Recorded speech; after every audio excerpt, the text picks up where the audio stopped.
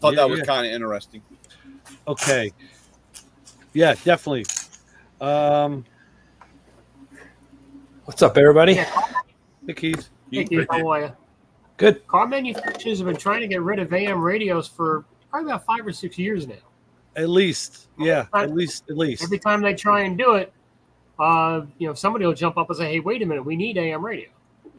Well, yeah, I mean, like anytime there's a power outage or a natural disaster, somebody's got a battery powered AM radio and it'll work. So just to back up for a second, I'm sorry, Jim, that the hose I'm talking about is made by Gates. It's called Barricade. PEX. That's another one. I had to buy a 25-foot roll of fuel pressure, EFI compliant hose. That's ethanol compliant. But this Gates Barricade you can buy by the foot in an auto parts store.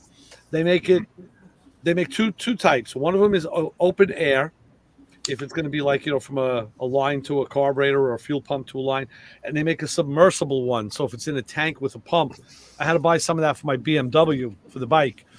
And I bought a foot of it, and I think it cost me $15 for the submersible. The stuff that can sit in free air is a lot less. But that's what I bought. I bought the braided hose off of Amazon. And it wasn't the right hose because I put it on and the car sat for probably another 6 months. So braided hose looks good, but what's under the braid? That's the question. Yeah. So it started leaking by the carburetor. Yeah. So I changed that piece. Then it started leaking from the fuel regulator to the pump. So I changed that piece. And then it started leaking from the back. And I was like, I'm just frustrated because now I got to drop the tank to get that back one out. The thing that I like to do is I like to use Oetker clamps. Those are the clamps that you have to use like the CV boot tool to close. It gives you a 360-degree clamp. Right. Yeah. The only problem is you got to cut them off.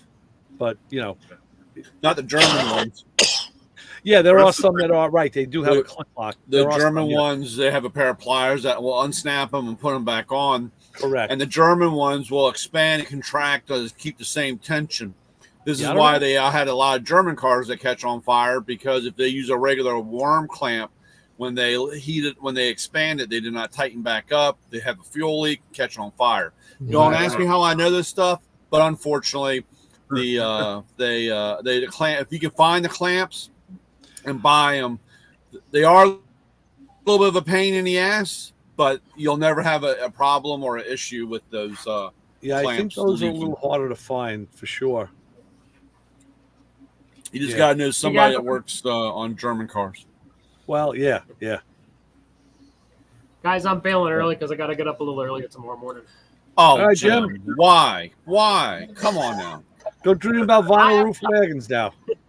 I mean, you're not the president. You don't have to be in bed by 10 o'clock. He's 8 o'clock. 8 o'clock. I know, but I'm giving Jim's a little bit younger, so we turn the clock to 10. You know what I'm saying? Okay. Come on now.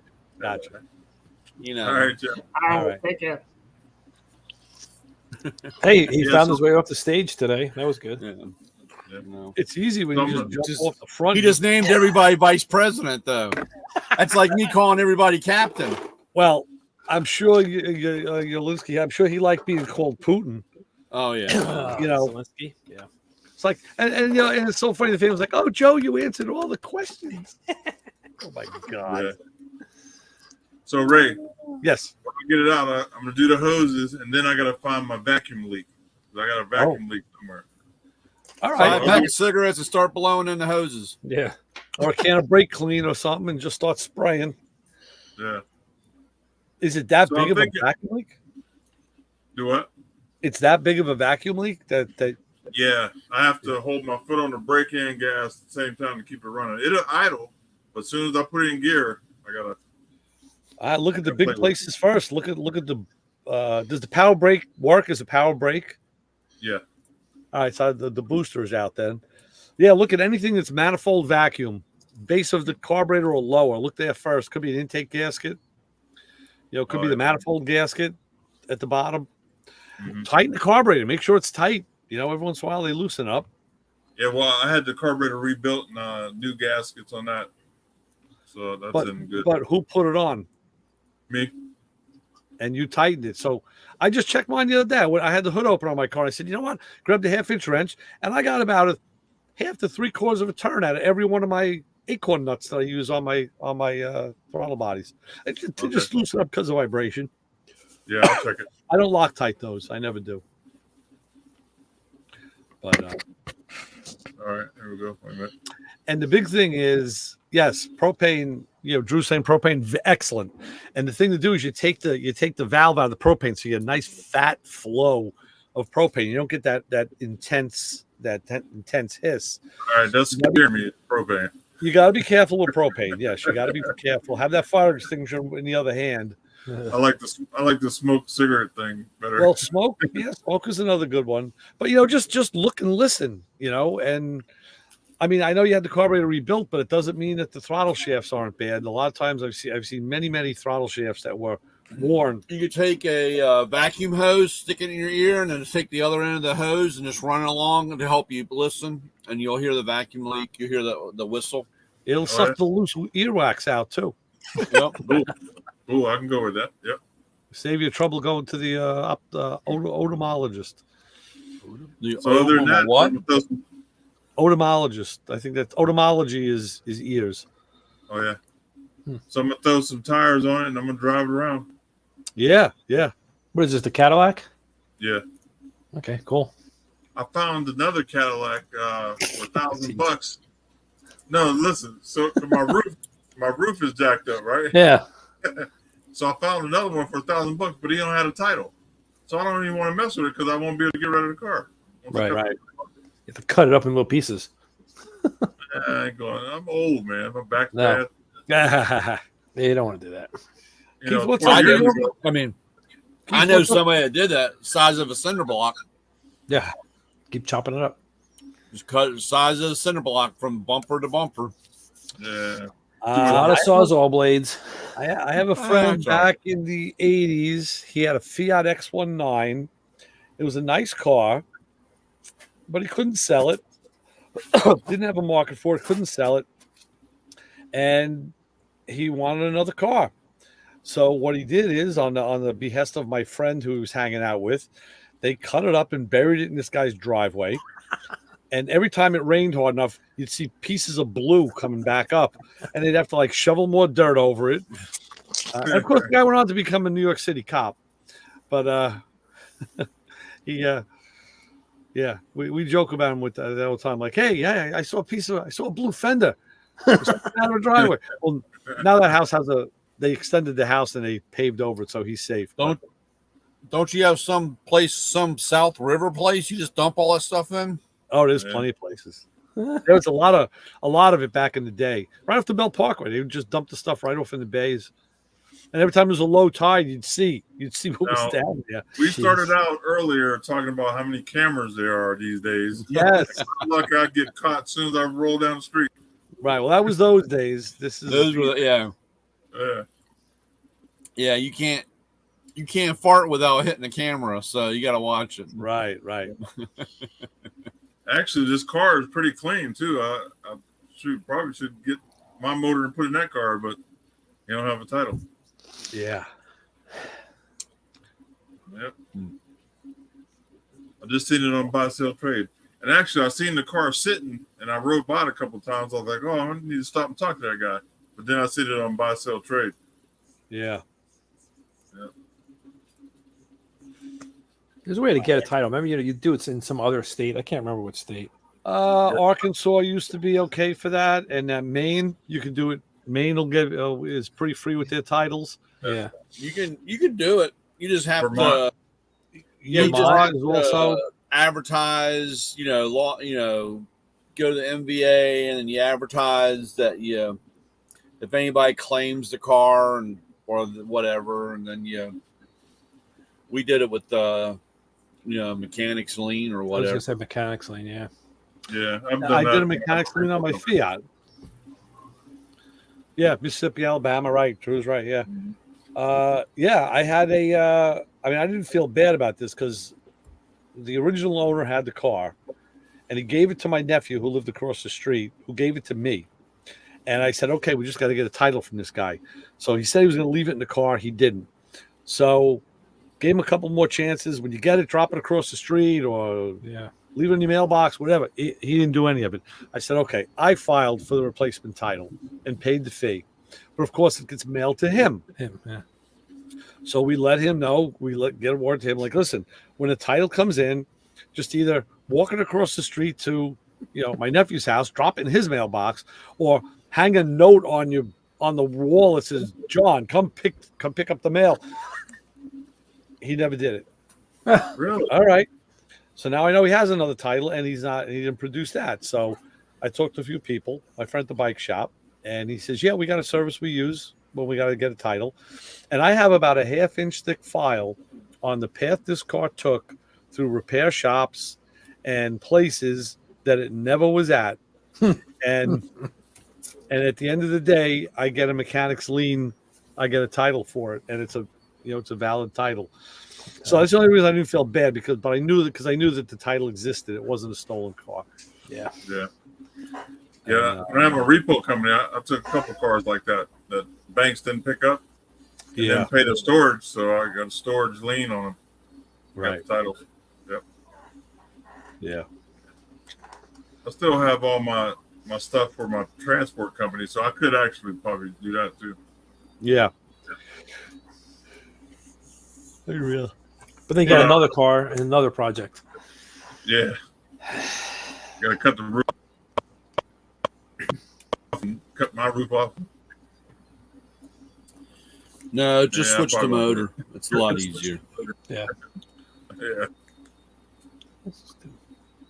It ain't bad. I mean, better shape than mine. Yeah, I was coming home tonight, cruising down the Parkway in a convertible, and what do I see next to me but a dark blue 65 Caddy DeVille convertible, top down, and this brother's in the right lane, just cruising nice and slow. Big head of Rasta braids flying all over the place, like, hey, nice. Yeah, very cool. That's the time of year. Yeah, I had a 65 Coupe DeVille, not a convertible. I like that car. That was a nice car. It's crazy how much these cars are going for now. Oh yeah. You get those cars 20 years ago all day for $5,000. Now they're 20, 25. I got mine in 1977. I think I paid $250. Because one window that was stuck. It didn't work. So I had a 70 Eldorado I paid $500 for. Yeah. Oh man, I wish I had that car. Yeah. Oh, I know. Well, like you said, back then, we never thought of it, man. Those things were, like you said, a dime a dozen. Things were all over.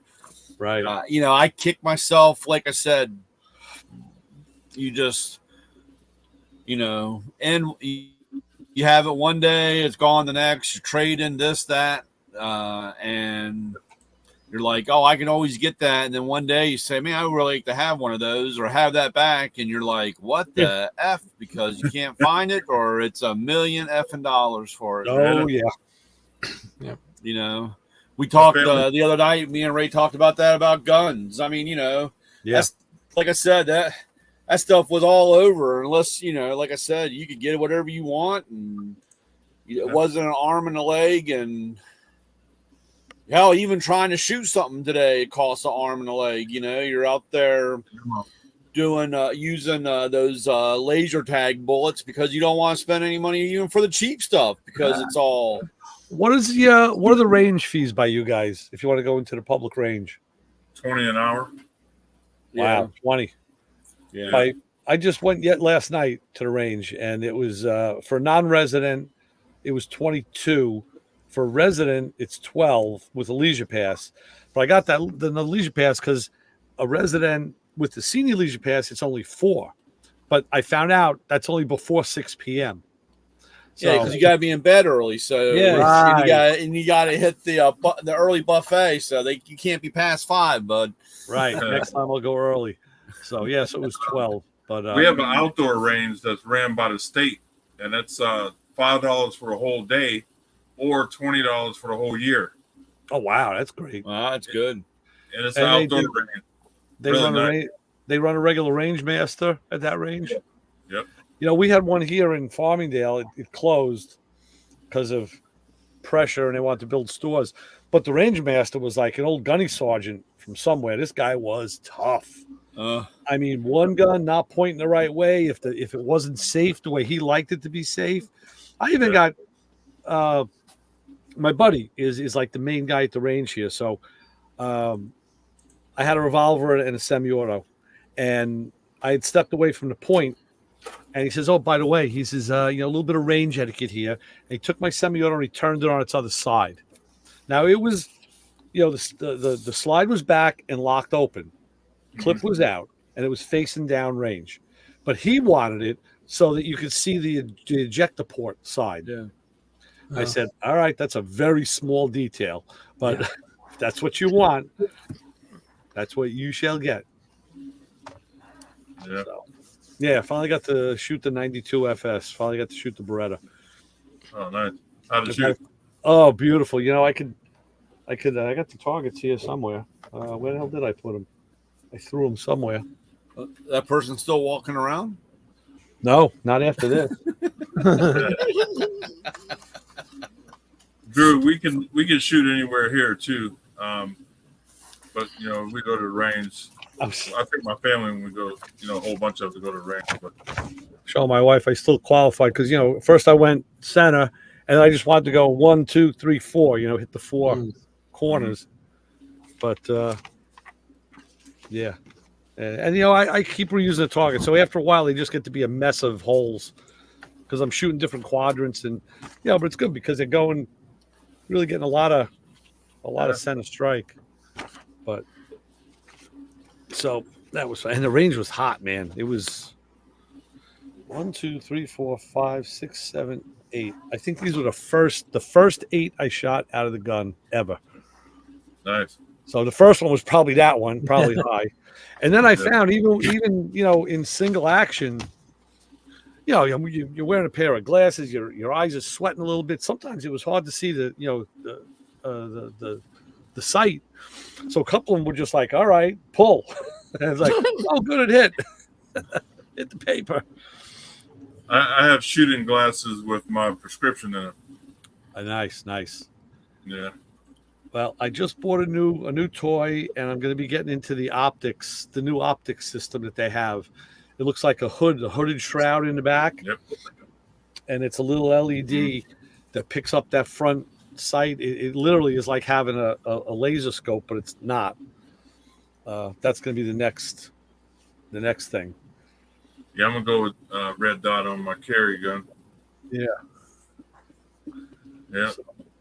Let me know how those things work because I'm noticing, they say keep your front sight blurred or whatever. I don't remember.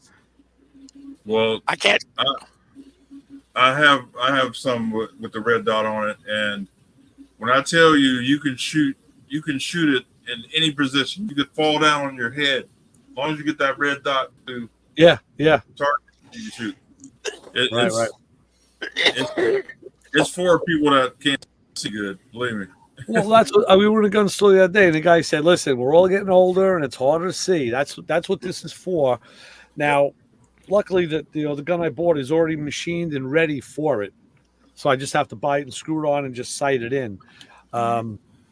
I know you can buy it through them, or some manufacturers are a lot more than others. Some of them like $300-400.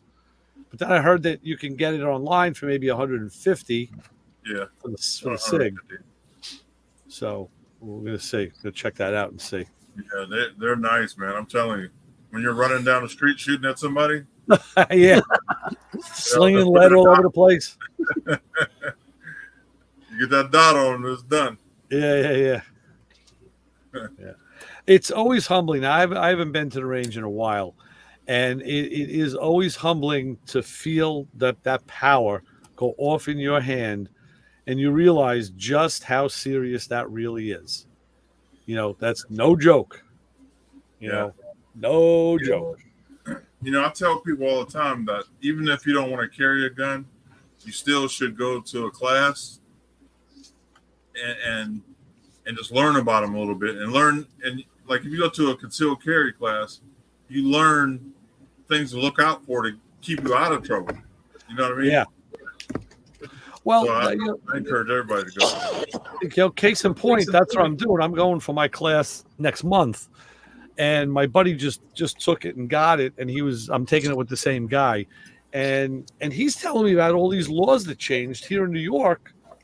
I'm like, well, when did that? And even like reciprocal carry and transport and whatever. I was like, hey, I said, why don't they tell the registered gun owners in the state about these? No, they only tell you when they put another law on top of it and what you can't do. They never tell you what you can do. Right. I was like, state. That was like one of the big things here that they didn't really talk about it much, but one of the big things is you now can get your DoorDash driver to stop by the liquor store to pick up your alcohol to bring to you. Really? If they're of age, they can deliver alcohol to you. Oh, wow. And that's one of those things they didn't really want to talk about, but that's one thing that passed July 1st. Right. That, they could, when they stop by the place to pick up your meal, they can also now bring you a 6-pack. So I just thought it was funny, like you said, they didn't really want to. You gotta call and say, listen, dude, man, I need a bag of tacos and some. Is he in the bathtub? A bag of tacos and some tequila. Yep. So speaking of gun stuff, we just got our new catalog, and as you can see, and it's all on handbags and carrying cases. Oh, really? Nice. From Sabre. They sent us a little demo ammo bag. Nice. I didn't know you sold that stuff. Oh yeah, holsters. I'm gonna be looking for some holsters. I just got this C&G company. I got a couple of these preformed plastic jobbies. Yeah, that's the outside. And I got an inside. Yeah, they. I have a box full. They're on the other side. If you look in our app, on the app, Ray, it's all that stuff's in the app. Under what section? It's on the. I think I almost deleted that app about 2 weeks ago because it wasn't doing shit. Oh, Ray, stop. Yeah, I was gonna throw it out the window if there was a window. I know a guy that makes leather holsters. Yes, and I need one for my Beretta. I got you. I need one for the Beretta. I was thinking about the maybe like a nylon or something, but it's a big. Loaded, it's 2 pounds, so it's big. Yeah. Well, guys, it's time to direct. What? Time for me to go night-night. Oh, stop. Night. All right. Hey, you guys have a good week, and I appreciate you all. Yes, we got 2 weeks to catch up on here, so. Yeah. So I'm going to give my exiting speech. Please go subscribe on our YouTube channel so we can get our numbers up. And that just helps our channel, and it just gives us more boost to keep doing this. So go Louis, let me, I don't know if it's going to help, but it could help this upload for YouTube. I was bumping around the back end of YouTube, and I saw, I would see in my feed on the TV that there was a podcast feed. I was like, wow, my show should be on the podcast because, once it's recorded, it's a podcast. So I clicked the thing to make it put it on a podcast. Nothing happened. I figured well, it took about 2-3 weeks, but all of a sudden now in the feed, there I am. My show shows up in the regular feed plus in the podcast feed, and this show should be there too. We're there. Okay, good. So you're ahead of me. All right. Yep. Forget I said that. So good. Anybody in the chat, if you want to listen to us on the podcast, you can go to YouTube podcast on the top, boom, and you'll find Motormouth Radio and Planet Trek. Right. Yep. We're going to be on. We're on Apple too, but I haven't uploaded anything lately. So okay. Once I retire, then all that stuff will be updated and It'd be You know, I thought I would have more time to do that too, and I go days where I'm not even down here on this computer at all. I don't even come down here. It's like I'm too busy doing other stuff. But well, I'm setting up a area in the bus for my computer work. that's a good idea. Yeah. So good that's idea. I'm gonna have a lot of extra time doing that. So everything will be caught up and we'll be able to do some stuff. Yeah, very good. Yep. All right, guys, have a good night. All right, right, Lewis, Lewis. take it easy. See you, Lewis. Thanks. All right, take it easy. See ya. All righty. Yes, sir. So let's see. I don't know if he took us off. We're still on. No, we're live. still live. Oh, I can fix that. And then we can talk. All right. Yeah, let's end the stream. We'll come back next week. See you, YouTube. Yeah, see YouTube. Look for us on YouTube.